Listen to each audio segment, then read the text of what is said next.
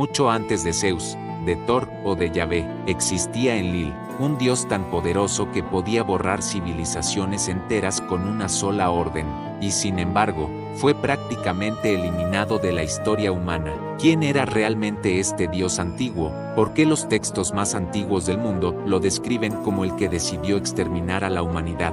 Hoy vas a conocer la historia del verdadero Señor del Cielo, y lo que se oculta tras su nombre. Pero, ¿quién era Enlil? Enlil es una de las deidades más antiguas que se conocen. Su nombre aparece por primera vez en las tablillas sumerias halladas en la ciudad de Nippur, en el actual Irak, alrededor del año 3000 a.C. Era adorado mucho antes de que existieran los griegos o los egipcios. Su nombre significa Señor del Viento o Señor del Aire, y era considerado el dios del cielo, del viento, de la atmósfera, y sobre todo, del poder supremo. Aunque muchas veces se menciona a Anu como el dios padre, Enlil era quien realmente gobernaba el destino de los dioses y de los humanos. Su autoridad era absoluta. En el templo Ekur, su morada sagrada en Nippur, se decía que se escribía el destino del mundo. Este templo era para los sumerios lo que el monte Olimpo fue para los griegos. Enlil no estaba solo, era parte de la tríada divina, Anu, el cielo, Enlil, la atmósfera, y Enki, el agua y el conocimiento. Pero entre todos, Enlil era quien tenía la última palabra. Justo, sí, pero implacable, un dios que no dudaba en castigar. Y fue así como, según los textos más antiguos de la humanidad, Enlil decidió exterminar a todos los humanos. ¿Por qué? Porque hacían demasiado ruido. Sí, leíste bien, en la epopeya de Atraasis, uno de los relatos más antiguos del mundo, los humanos eran tan ruidosos que perturbaban el descanso de los dioses. Y Enlil, cansado de no poder dormir, convocó el diluvio universal para borrar a la humanidad de la faz de la tierra. Pero Enki, su hermano, se opuso en secreto. Le advirtió a un hombre llamado Atraasis, él no es sumerio, que construyera una gran embarcación para sobrevivir. Atraasis obedeció, y la humanidad fue salvada. ¿Te suena esta historia? Es porque es más antigua que la Biblia por más de 1000 años. El diluvio, el elegido, el arca, todo está ahí, pero contado desde los mitos sumerios, con Enlil como el castigador y Enki como el salvador. Entonces, ¿Enlil era un dios creador o un tirano? Es complejo. En algunos textos, Enlil colabora en la creación del ser humano junto a Enki y Ninursag, pero cuando los humanos no se comportaban como él quería, los castigaba sin piedad.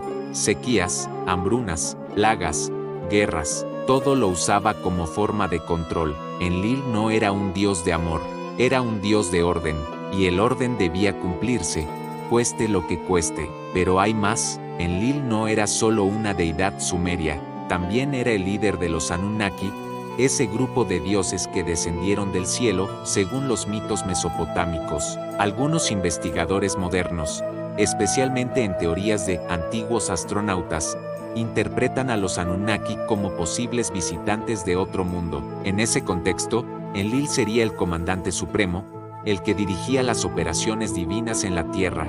Enki sería el científico, el que quiso ayudar a la humanidad, mientras que Enlil era el estratega que no dudaba en borrar todo si algo se salía de control. A lo largo del tiempo, el culto a Enlil fue desapareciendo. Con la caída de Sumeria, los babilonios lo reemplazaron por Marduk, un dios más joven y más amigable para el nuevo imperio. Los templos dedicados a Enlil fueron abandonados, su nombre fue olvidado, y en muchas religiones posteriores, algunos piensan que fue transformado en una figura rígida, castigadora, o incluso demonizada. Hay quienes sostienen que Enlil fue adaptado como el dios colérico del Antiguo Testamento, el que castiga, el que juzga, el que envía plagas y pruebas, mientras que Enki representaría al conocimiento, la serpiente del Edén, o incluso Prometeo en la mitología griega. Enlil también dejó huella en símbolos y arquitectura. Su templo en Nippur era una maravilla para la época. Se lo representaba con una tiara con múltiples cuernos, símbolo de poder divino, y con una barba larga, ojos intensos y un aura de autoridad que no dejaba lugar a dudas. Su símbolo era el báculo doble y la montaña, como recordatorio de su dominio desde las alturas. Hoy casi nadie recuerda su nombre, pero durante miles de años, Enlil fue considerado el Dios supremo, el Señor del destino, el amo del cielo, un Dios que podía crear y destruir con un solo pensamiento. La historia de Enlil es la historia de cómo el poder absoluto puede ser venerado, pero también temido. Es la historia del olvido, de cómo los vencedores reescriben las religiones, y es solo una parte del legado oculto que las civilizaciones antiguas nos dejaron. Hoy, tal vez, es momento de recordar. Porque si olvidamos a los dioses que una vez dominaron el mundo, ¿quién nos dice que no están esperando a volver?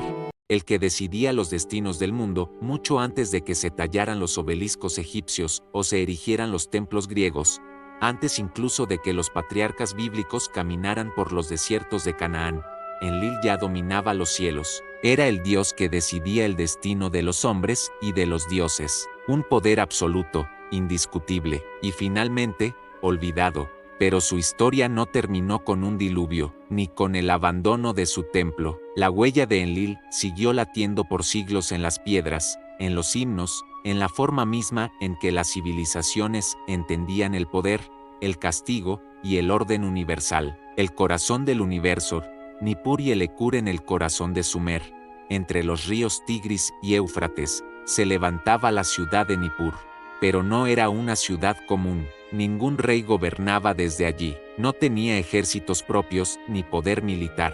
Sin embargo, era la ciudad más sagrada de todas, porque allí vivía el dios Enlil. Su templo, Elekur, era conocido como la Casa de la Montaña, y se decía que desde ese lugar se escribían los decretos eternos del universo. Desde allí, Enlil decidía qué civilización debía prosperar y cuál debía caer. Cada nuevo rey, sin importar de qué ciudad-estado provenía, debía recibir simbólicamente la realeza de manos de Enlil, porque sin su aprobación, ningún trono era legítimo. El arquitecto del mundo en los mitos más antiguos de Mesopotamia, Enlil fue quien separó el cielo de la tierra, iniciando así el tiempo. Su rol no era crear desde el amor, como en otros panteones más tardíos. Enlil creaba porque era necesario establecer el orden. Primero separó a An el cielo, de Ki la tierra, abriendo el espacio en el que vivirían los dioses, y, después, los humanos. Luego ordenó las leyes fundamentales del universo, el clima, los vientos, el paso del día, el curso de los ríos. Su elemento era el viento, invisible, pero poderoso, capaz de calmar o de arrasar. El juicio de Enlil, plagas y diluvios en el relato de Atrahasis, escrito alrededor del año 1700 a.C., los humanos comenzaron a multiplicarse y a hacer tanto ruido que Enlil no podía descansar. Como dios del orden, no soportaba el caos, y decidió actuar. Primero envió enfermedades, luego hambrunas. Finalmente, al ver que la humanidad seguía creciendo, decretó el gran diluvio. Solo Atrahasis, advertido por Enki, su hermano, logró sobrevivir.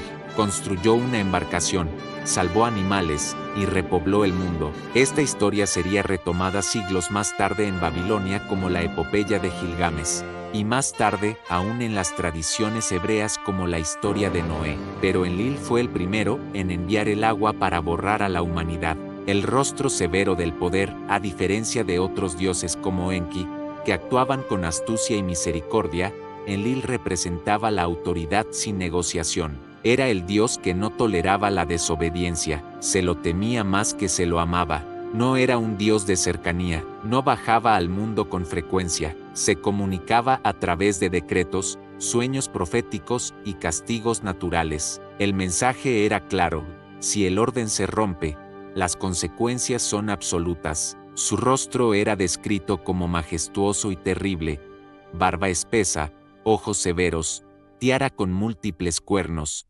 símbolo del poder divino y una postura imponente. Su figura se asociaba con las montañas y el cielo alto, como recordatorio de que gobernaba desde lo más elevado. La religión al servicio del orden. Los sacerdotes sumerios eran conscientes del carácter implacable de Enlil. Por eso, su culto estaba plagado de rituales meticulosos, fórmulas precisas, himnos solemnes. Cada error podía significar una sequía, una plaga, una derrota en batalla. Enlil no pedía adoración emocional, pedía disciplina. Su templo era como una corte de justicia divina. Los reyes viajaban a Nippur no para rendir tributo, sino para ser aprobados por el dios del destino. Las tablillas sagradas, guardadas en el Ekur, contenían los decretos eternos, quién debía reinar, cuándo terminaría una era, qué ciudad caería y cuál prosperaría. Todo estaba escrito, y Enlil era el único que podía modificarlo. La guerra entre dioses en Enlil también protagonizó rivalidades celestiales. En algunos textos, se enfrentaba a Inanna, la diosa del amor y la guerra, por su ambición de poder. En otros, Enki lo desafiaba en secreto, actuando en favor de la humanidad.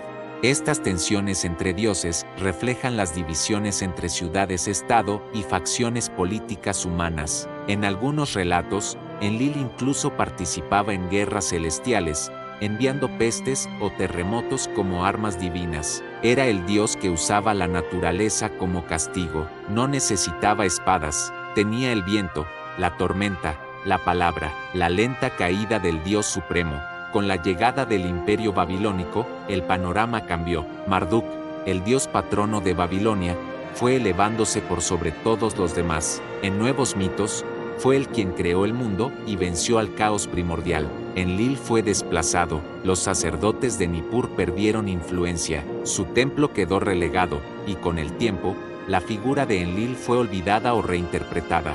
Ya no era el dios supremo, ahora era una figura del pasado. Un recuerdo incómodo de un poder que no toleraba desobediencia. ¿Dónde quedó Enlil? Su nombre ya no figura en oraciones. Sus himnos apenas sobreviven en tablillas fragmentadas. Su templo es ahora solo ruinas, y sin embargo, su esencia perdura. En cada mito que habla de un dios que castiga con diluvios, en cada tradición donde el orden divino es incuestionable, en cada imagen de un anciano celestial que juzga desde las alturas, hay algo de Enlil. Tal vez fue absorbido por otras religiones, tal vez reinterpretado como el dios colérico de los textos antiguos, o tal vez, espera, en silencio, como el viento, el momento de volver. Porque el orden no desaparece, solo se transforma.